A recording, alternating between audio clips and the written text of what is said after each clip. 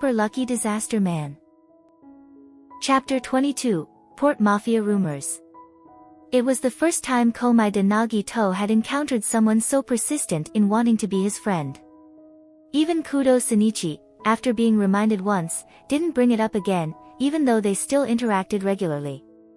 But Dazai Osamu, on the other hand, treated it as if he had found an amusing toy, constantly poking at it whenever he could. Dazai Osamu wasn't stupid, in fact, he was much smarter than most people.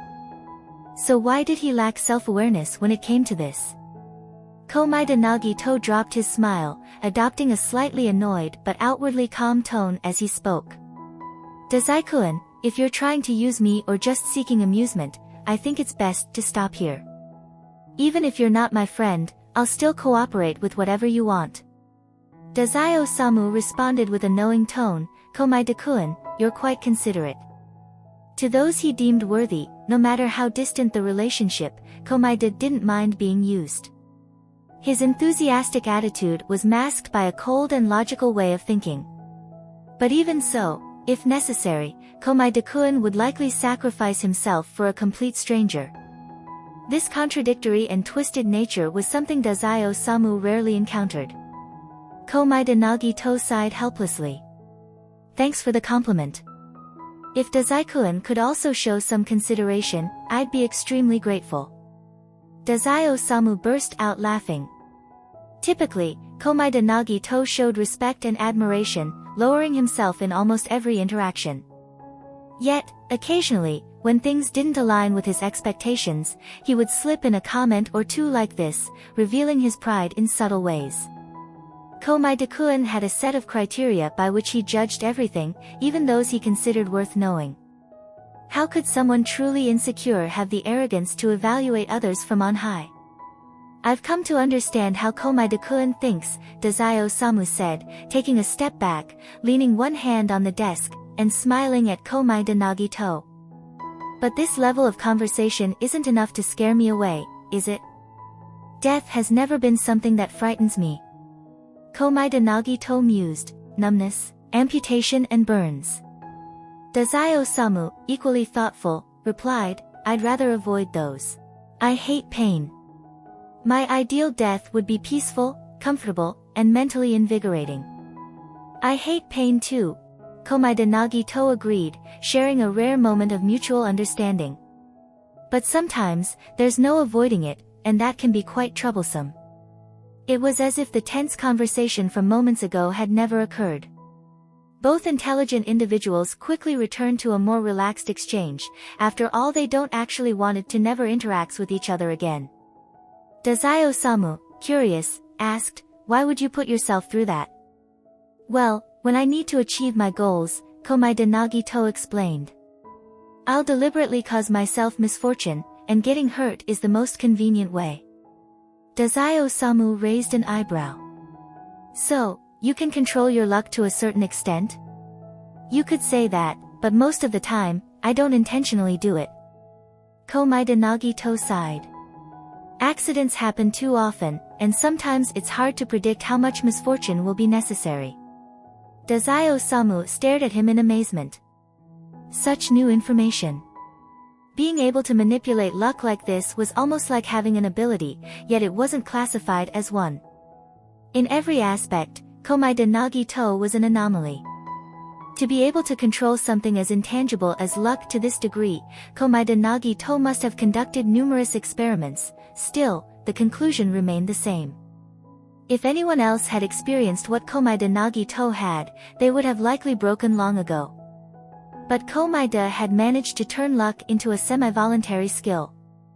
And yet, this person still constantly downplayed and belittled himself. How could any ordinary person compare? Sensing that the atmosphere had returned to normal, Komaeda Nagito took the opportunity to say his goodbyes. It's getting late.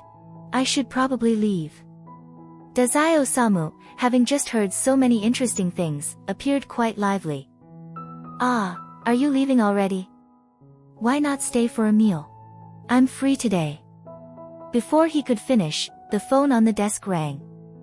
Both of them glanced at the ringing phone, then exchanged a look. Komaeda Nagito resumed his usual polite smile. Aren't you going to answer, Dazai-kun? Dazai Osamu sighed deeply, looking at the number displayed on the screen. He picked up the phone. Mori-san. You always call at just the right time, don't you?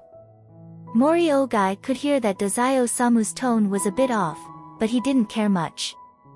It's still work time, Dazai-kun. There's a task. Dazai Osamu half-heartedly responded with a series of ahas, and after hanging up the phone, he grabbed his jacket off the back of the chair and said, Let's go, Komaeda-kun, I'll take you downstairs. Komaeda Nagito didn't refuse. Earlier, when Nakahara Chuya had brought him up, he realized that the Port Mafia elevator required authentication to operate. He quickly caught up with Dazai Osamu, noticing that someone had already gone ahead to press the elevator button. I've caused you quite a bit of trouble today, Dazai-kun.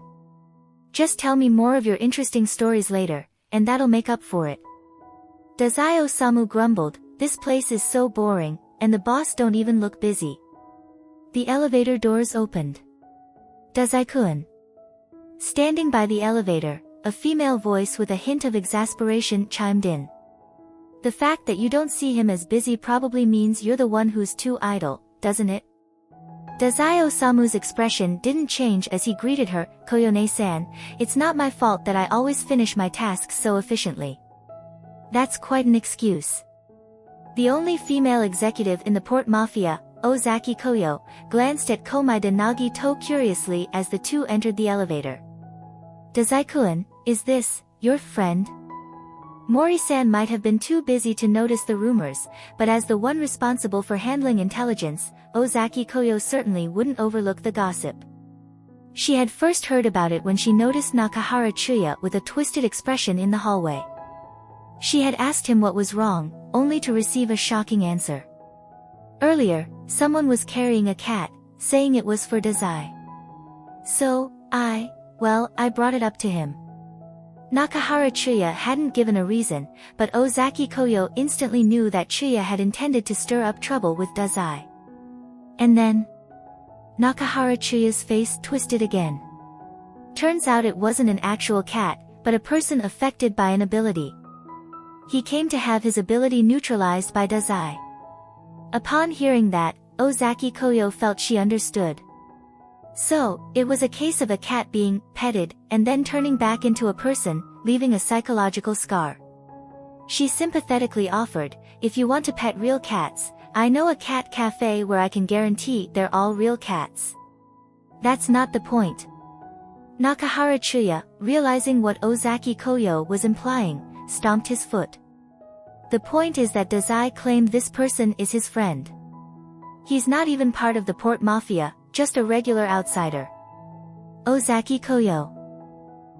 Seeing Ozaki Koyo's stunned expression gave Nakahara Chuya some comfort. However, he quickly realized that being so shocked about Dazai having a friend made him look a little foolish. He tried to save face by adding, Koyone-san, the guy even casually told this outsider about his ability. Dazai knows what he's doing. Ozaki Koyo responded with a subtle expression. And I know what you're trying to say. In reality, the fact that Dazai would have a friend was indeed surprising.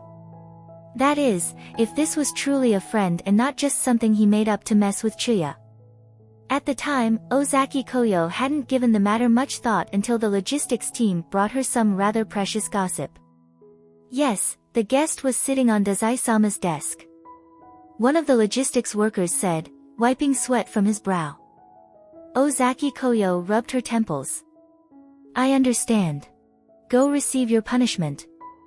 A gossiping member getting caught, if she didn't punish him, the Port Mafia would fall into chaos.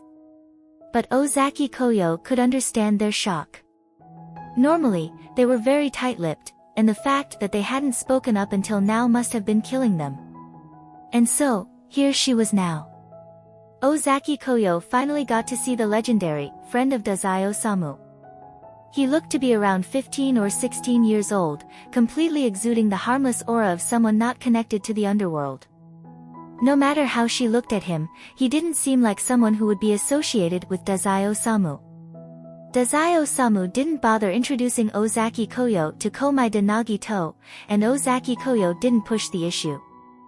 After all, if this boy really was an outsider, the less he knew about the Port Mafia, the better.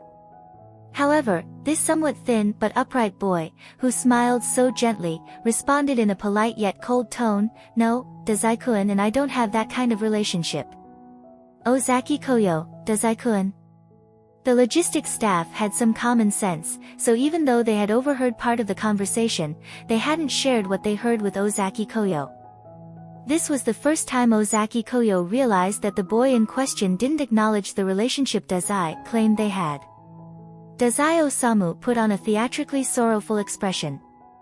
"If Komaeda-kun thinks that way, there's nothing I can do." Komaeda Nagito, with a hint of helplessness, said, "Dazai-kun just loves to joke around." Seeing this amusing exchange, Ozaki Koyo couldn't help but grow curious. "How did you two meet?" Dazai Osamu blinked a few times. "Since Komaeda-kun doesn't remember clearly, I'll explain. Komaeda-kun was kidnapped, and I lent him a phone to call the police." Ozaki Koyo. "What a chaotic mess." Komaeda Nagito smiled wryly. "From the moment we first met, I've always been causing trouble for Dazai-kun. How could someone like me shamelessly call myself Dazai-kun's friend? Dazai-kun is such a dazzling person, he really shouldn't keep joking about this with me." Ozaki Koyo. "What's going on? This friend of Dazai's seems a bit off." Chapter 22 End.